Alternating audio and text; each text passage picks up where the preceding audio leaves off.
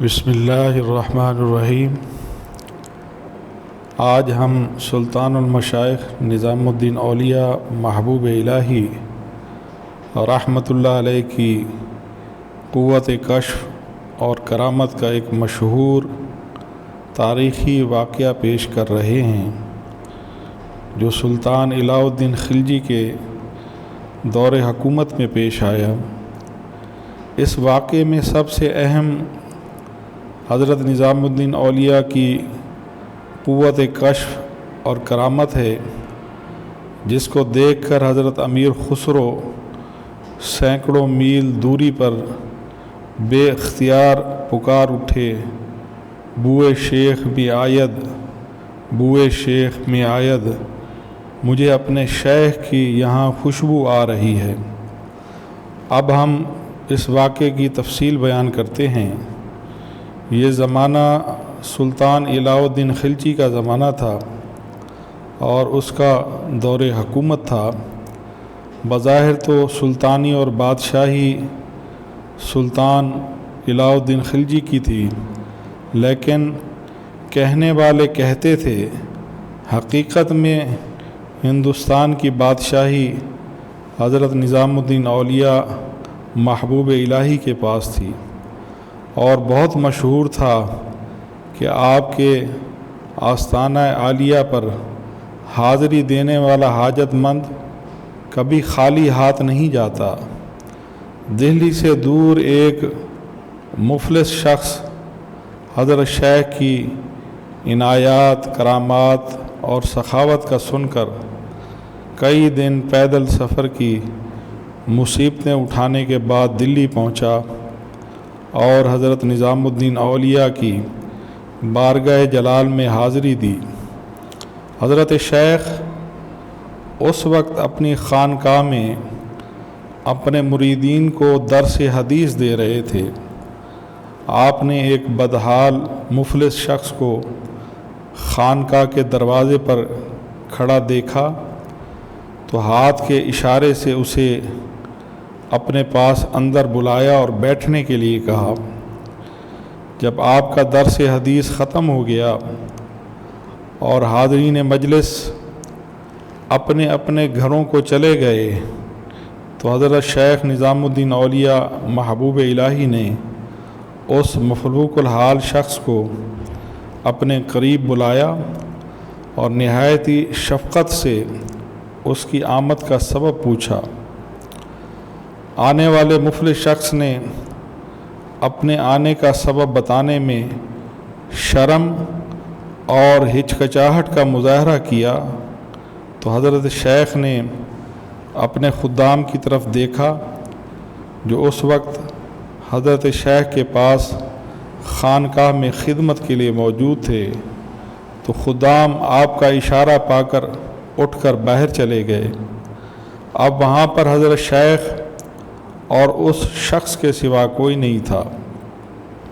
حضرت محبوب الہی نے اس مفلس شخص کو فرمایا کہ اب یہاں کوئی نہیں ہے، تم مجھے اپنے دل کی بات اپنا سمجھ کر بلا تکلف کہہ ڈالو جو تمہاری زبان پر آتے آتے رک جاتی ہے۔ حضرت شیخ کی محبت بھری گفتگو سن کر وہ شخص زار و قطار رونے لگا اور عرض کرنے لگا کہ شیخ محترم، میں ایک سید زادہ ہوں، ساری زندگی محنت اور مشقت میں گزری، کبھی کسی کے سامنے ہاتھ نہیں پھیلایا اور شاید اب بھی کسی سے اپنے دل کی بات نہ کہتا، لیکن ایک ایسی مشکل آن پڑی کہ اب کوئی چارہ نہیں ہے۔ میری 3 جوان بیٹیاں ہیں، لیکن کوئی مناسب رشتہ نہیں آتا، کوئی بھی شخص میری خاندانی شرافت کی طرف نہیں دیکھتا، سب بیٹیوں کے رشتے کے ساتھ لمبا چوڑا جہیز اور پرتکلف دعوتوں کا اہتمام چاہتے ہیں۔ میں محنت مزدوری کرنے والا انسان 2 وقت کی روٹی بمشکل پوری کرتا ہوں، اور ان کے لمبے چوڑے جہیز کے مطالبات اور ان کی لمبی چوڑی دعوتیں کہاں سے پوری کروں۔ اسی پریشانی کے عالم میں میرے ایک دوست نے حضرت شیخ کے بارے میں بتایا کہ آپ ہندوستان کے بے تاج بادشاہ ہیں اور آپ کے دروازے سے کوئی ضرورت مند خالی نہیں جاتا۔ یہی سوچ کر آپ کی خدمت میں حاضر ہوا ہوں۔ حضرت نظام الدین اولیاء محبوب الہی نے فرمایا، میرے بھائی، تمہیں یہ کسی نے غلط بتایا ہے کہ میں ہند کا بے تاج بادشاہ ہوں۔ درویشی میں تو تاج کا تصور ہی حرام ہے، اور شہنشاہ صرف اللہ تعالیٰ کی ذات ہے، اور میں اس کی عظیم الشان سلطنت میں رہنے والا ایک ادنا انسان ہوں۔ نہ میں یہاں سے کچھ لے کر آیا تھا اور نہ اپنے ساتھ کچھ لے کر جاؤں گا۔ جو کچھ ہے سب اسی ذات پاک کا ہے، اور وہ اپنے لامحدود خزانوں میں سے جس بندے کو جتنا چاہتا ہے بخش دیتا ہے۔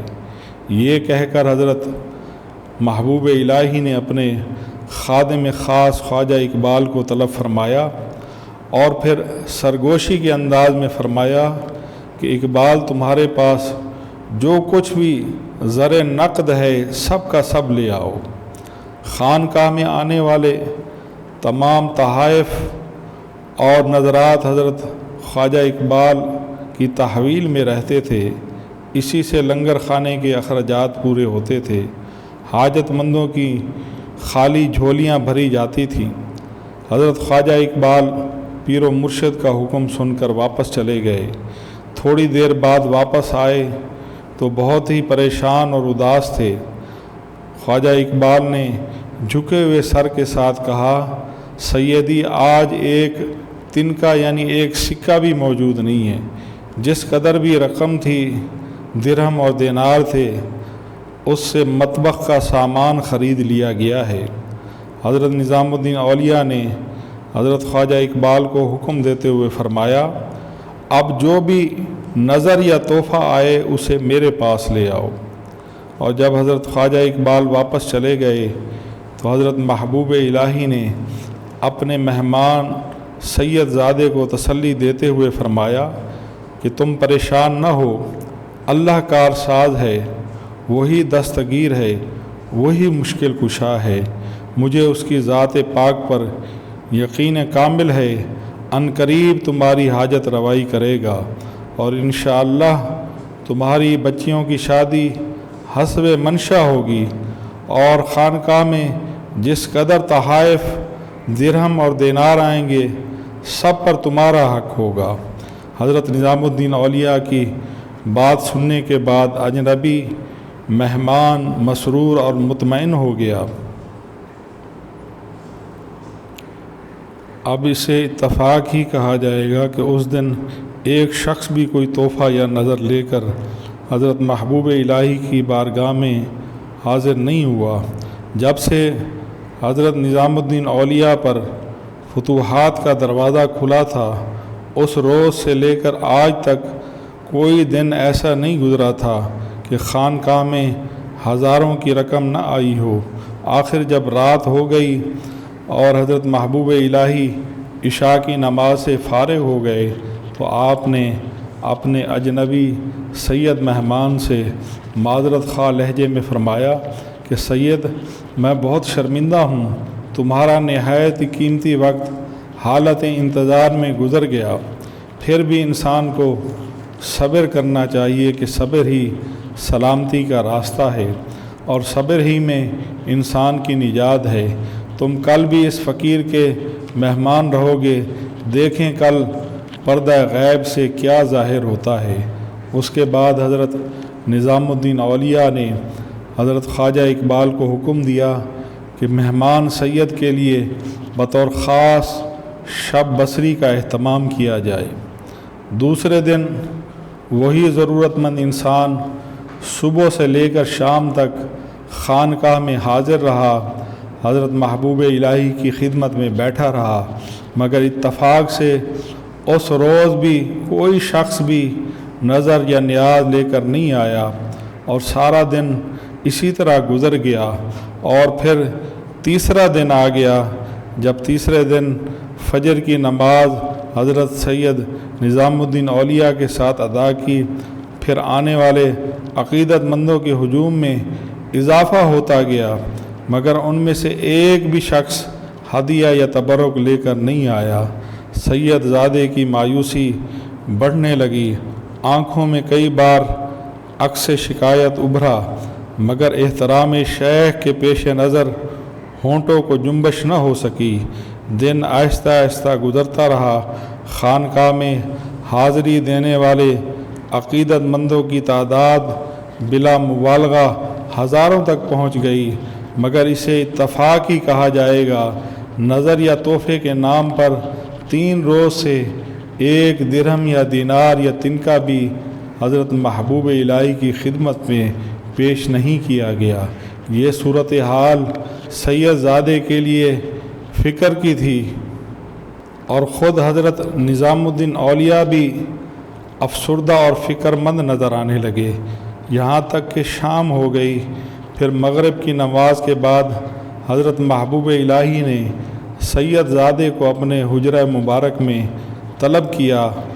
اجنبی سید مہمان کا خیال تھا کہ شاید دلی کا کوئی امیر قیمتی نظر لے کر آیا ہوگا، اور حضرت نظام الدین اولیاء وہی نظر اور نیاز اسے تنہائی میں پیش کرنا چاہتے ہوں گے، اور انہی خوش کن تصورات میں گھرا وہ شخص جب حضرت محبوب الہی کی تنہائی میں حاضر ہوا اور دست بدست بیٹھ گیا، تو حضرت نظام الدین اولیاء رحمۃ اللہ علیہ نے فرمایا کہ دیکھو سید صاحب، اس فقیر کے گھر میں آئے ہوئے تمہیں 3 دن ہو گئے، اب تم نے اندازہ کر لیا ہوگا کہ یہ درویش جس کے بارے میں بے تاج بادشاہی جیسے خطابات شہرت پا گئے، اس کی کوئی حقیقت نہیں۔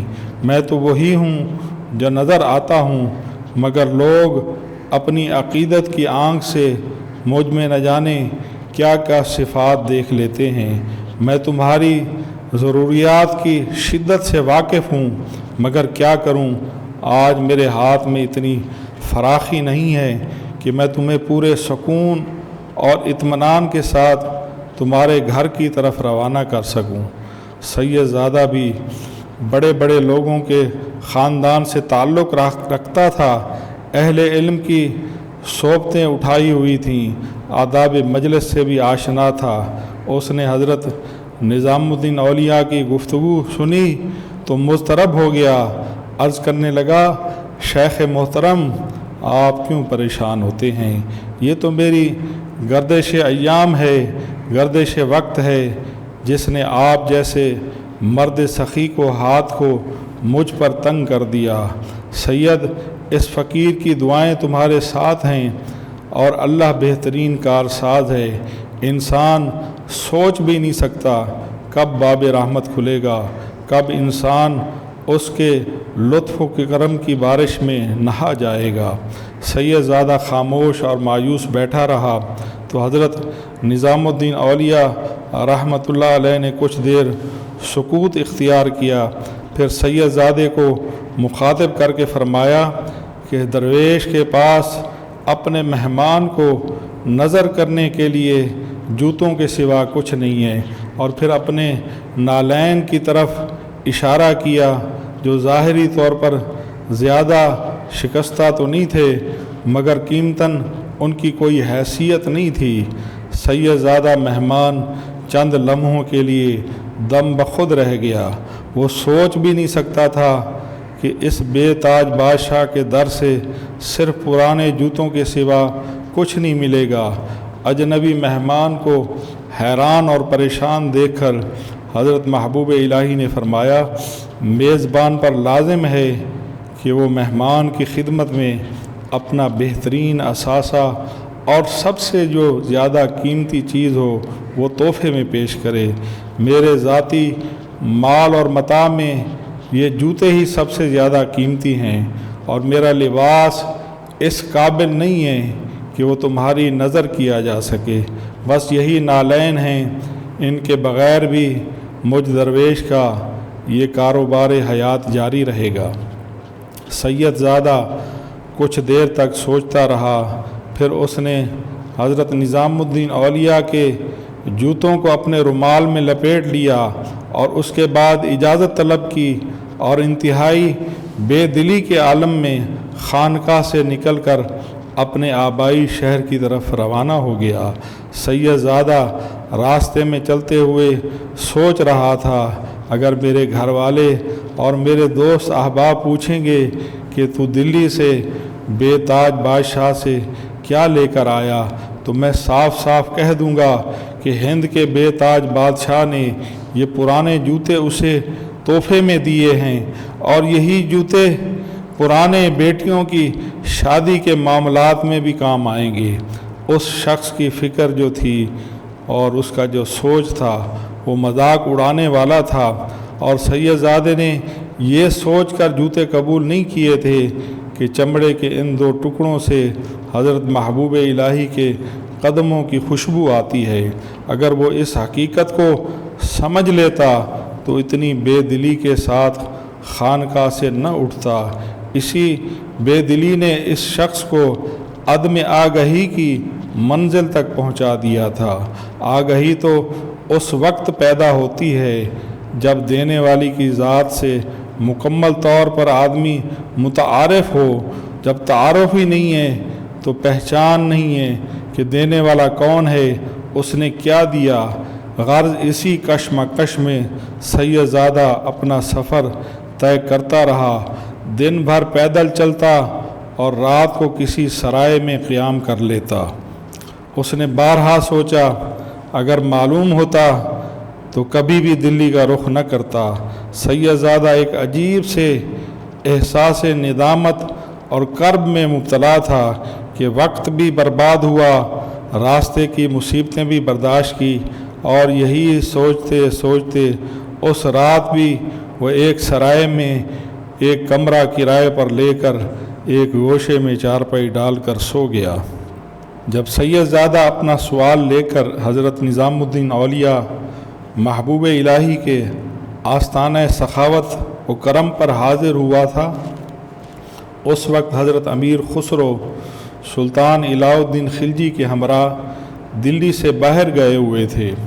بعض مورخین کی روایت ہے کہ بنگال کے سفر میں حضرت امیر خسرو سلطان کے ہمراہ تھے۔ اس جنگ میں سلطان علاء الدین نے شاندار فتح حاصل کی تھی، اور اسی فتح سے متاثر ہو کر حضرت امیر خسرو نے سلطان علاء الدین خلجی کی شان میں ایک پرجوش قصیدہ کہا تھا، جس کے جواب میں سلطان علاء الدین خلجی نے 5 لاکھ سونے کے سکے بطور نظر حضرت امیر خسرو کو عطا کیے تھے۔ یہ بڑا عجیب اتفاق تھا کہ وہ ضرورت مند شخص حضرت محبوب الہی کی بارگاہ سے ناکام ہو کر اپنے گھر واپس جا رہا تھا، اور اسی وقت حضرت امیر خسرو اسی راستے پر جسی راستے پر یہ سید زادہ جا رہا تھا، گھوڑوں پر لدی ہوئی ایک کثیر رقم لے کر دلی کی طرف آ رہے تھے۔ معتبر تاریخ نویسوں کی روایت ہے کہ رات کے وقت جب حضرت امیر خسرو شاہی لشکر کے ساتھ سرائے کے قریب سے گزرے تو آپ نے اچانک سب لوگوں کو ٹھہر جانے کا حکم دیا اور زور زور سے پکارنے لگے، بوئے شیخ میں آید، بوئے شیخ میں آید، مجھے اپنے شیخ کی خوشبو آ رہی ہے۔ حضرت امیر خسرو بار بار اسی ایک جملے کو دہرا رہے تھے اور پریشان ہو کر اپنے ارد گرد کا جائزہ لے رہے تھے۔ یہ کیفیت دیکھ کر بڑے بڑے فوجی افسر اپنے گھوڑوں سے نیچے اترے اور عرض کرنے لگے، امیر آپ کیسا محسوس کر رہے ہیں؟ آپ کی طبیعت ٹھیک ہے؟ تو حضرت امیر خسرو نے فرمایا کہ میں اس مقام پر، اس جگہ پر، اس سرائے کے ساتھ اپنے پیر و مرشد کی خوشبو محسوس کر رہا ہوں۔ تو فوجی افسروں نے کہا کہ حضرت محبوب الہی تو دلی میں غیاث پور میں قیام فرما ہیں، اور غیاث پور یہاں سے بہت زیادہ فاصلے پر ہے۔ حضرت امیر خسرو نے فرمایا میں جانتا ہوں ابھی غیاث پور بہت دور ہے، لیکن خوشبو تو قریب ہے۔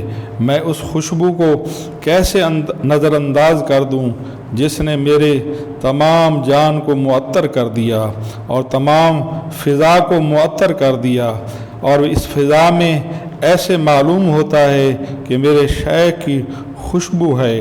ایسا محسوس ہوتا ہے جیسے میرے پیر و مرشد محبوب الہی یہیں کہیں جلوہ افروز ہیں یا پھر اس مقام سے گزرے ہیں۔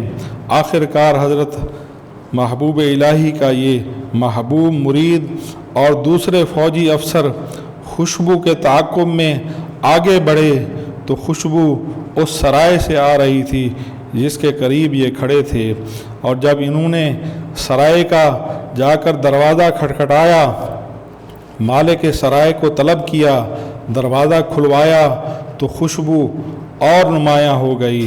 حضرت امیر خسرو بے قرار ہو کر سرائے کے اسی گوشے اور کمرے کی طرف بڑھے جہاں پر وہ سید زادہ سویا ہوا تھا، اور خوشبو وہیں سے اس کے قریب سے آ رہی تھی۔ حضرت امیر خسرو نے اس خوابیدہ مسافر کو اٹھایا، سید زادے کو اٹھایا، وہ آنکھیں ملتا ہوا ناگواری کے عالم میں اٹھا۔ حضرت امیر خسرو نے اس سے معذرت طلب کی اور اس سے پوچھا کہ میں تم سے صرف ایک بات جاننا چاہتا ہوں کہ تمہارے پاس سے میرے شیخ کی خوشبو کیوں آ رہی ہے؟ بوئے شیخ اور میرے پاس وہ شخص حیران اور پریشان ہوا، نہ میں آپ سے واقف ہوں اور نہ ہی بوئے شیخ کا مطلب سمجھتا ہوں۔ حضرت امیر خسرو نے اپنا تعارف کراتے ہوئے فرمایا کہ میں حضرت محبوب الہی کا مرید ہوں اور اسی ذات گرامی کے جسم کی خوشبو تیرے پاس سے آ رہی ہے۔ تو اس نے سید زادے نے جواب دیا کہ ہاں، میں حضرت شیخ نظام الدین اولیاء محبوب الہی سے مل کر آ رہا ہوں۔ تو حضرت امیر خسرو نے پوچھا بتاؤ میرے شیخ کیسے ہیں؟ تو اس نے جواب دیا کہ آپ کے شیخ تو اچھے ہیں، لیکن انہوں نے میرے ساتھ کچھ اچھا سلوک نہیں کیا۔ سید زادے نے طنزیہ لہجے میں کہا اور پھر کہا کہ ان کی سخاوت کے بہت قصے سنے تھے، لیکن جب میں نے اپنی بیٹیوں کی شادی کے لیے ان کے سامنے اپنا دامن پھیلایا تو آپ کے شیخ نے اپنے پرانے جوتے میرے حوالے کر دیے اور کہہ دیا کہ یہی جوتے تمہاری تمام ضرورتوں کی کفالت کریں گے اور بیٹیوں کی شادی میں کام آئیں گے۔ تو حضرت امیر خسرو یہ سن کر بے قرار ہو گئے اور فرمایا کہاں ہیں میرے مرشد کے نالین مبارک؟ مسافر نے کہا کہ میرے پاس موجود ہیں، اور پھر ایک کپڑے میں لپٹے ہوئے حضرت محبوب الہی کے نالین اس نے حضرت امیر خسرو کے سامنے رکھ دیے۔ تو حضرت امیر خسرو نے فرمایا کہ اے شخص، کیا تو ان جوتوں کو فروخت کرے گا؟ تو اس نے کہا کہ ایک وہ مذاق تھا جو آپ کے شیخ نے کیا تھا، اور ایک یہ مذاق ہے جو آپ میرے ساتھ کر رہے ہیں۔ اے امیر، کیا تمہیں میری حالت پر رحم نہیں آتا؟ تو حضرت امیر خسرو نے جلال روحانی میں فرمایا کہ نہ وہ مذاق تھا اور نہ یہ مذاق ہے، تو نے میرے شیخ کو پہچانا نہیں ہے۔ اور پھر حضرت امیر خسرو نے فرمایا کہ تم طلب کرو، ان جوتوں کی کیا قیمت طلب کرتے ہو؟ تو سید زادے نے سنبھل کر کہا کہ امیر بتاؤ تم ان جوتوں کی کیا قیمت دو گے؟ تو حضرت امیر خسرو نے فرمایا کہ اس وقت میرے پاس 5 لاکھ سونے کے سکے گھوڑوں پر لدے ہوئے ہیں، اور اگر یہ رقم بھی نہ کافی ہے تو میرے ساتھ دلی واپس چلو، اتنی ہی اور رقم کا میں انتظام کر دوں گا۔ سید زادہ بدحواس ہو کر کھڑا ہو گیا، اس نے جوتے اٹھا کر امیر خسرو کے حوالے کر دیے اور التجا کرنے لگا کہ میرے لیے تو 1000 سکے ہی کافی ہیں، خدا کے لیے اپنے وعدے سے مکر نہ جائیے گا۔ حضرت امیر خسرو نے سید زادے کو لے کر باہر تشریف لائے، اور جہاں پر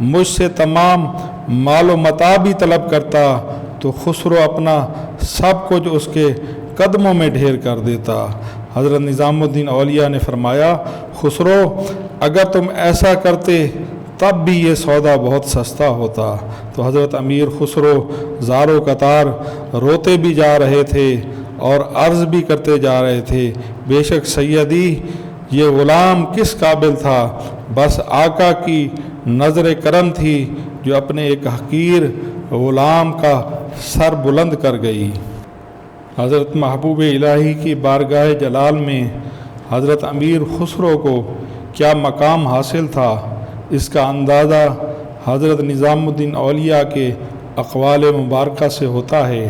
آپ فرمایا کرتے تھے، اگر قیامت میں مجھ سے سوال کیا گیا کہ نظام الدین تو دنیا سے کیا لے کر آیا ہے، تو میں اللہ کی بارگاہ میں عرض کروں گا کہ خسرو ترک کے سینے کا سوز لایا ہوں۔ حضرت امیر خسرو کو حضرت محبوب الہی کبھی ترک اور کبھی ترک زادہ کہہ کر پکارتے تھے، اور معتبر روایت ہے حضرت نظام الدین اولیاء کبھی کبھی ان الفاظ کے ساتھ دعا مانگتے تھے کہ اے اللہ اس ترک کے سوز دروں کے طفیل مجھے بخش دے۔ حضرت نظام الدین اولیاء محبوب الہی کا معمول تھا جب رات کے وقت اپنے حجرے میں تشریف لے جاتے تو پھر کسی کو اندر آنے کی اجازت نہ ملتی، لیکن حضرت امیر خسرو کو یہ اعزاز اور عزت حاصل تھی، یہ منزلت حاصل تھی کہ آپ کی آمد و رفت پر کوئی پابندی نہیں تھی۔ حضرت امیر خسرو جس وقت چاہتے تھے بلا تکلف اپنے پیر و مرشد کی خدمت میں حاضر ہو جاتے تھے۔ یہ ایک منفرد اعزاز تھا جو حضرت نظام الدین اولیاء کے مریدوں میں سے حضرت امیر خسرو کے سوا کسی کو حاصل نہ ہوا۔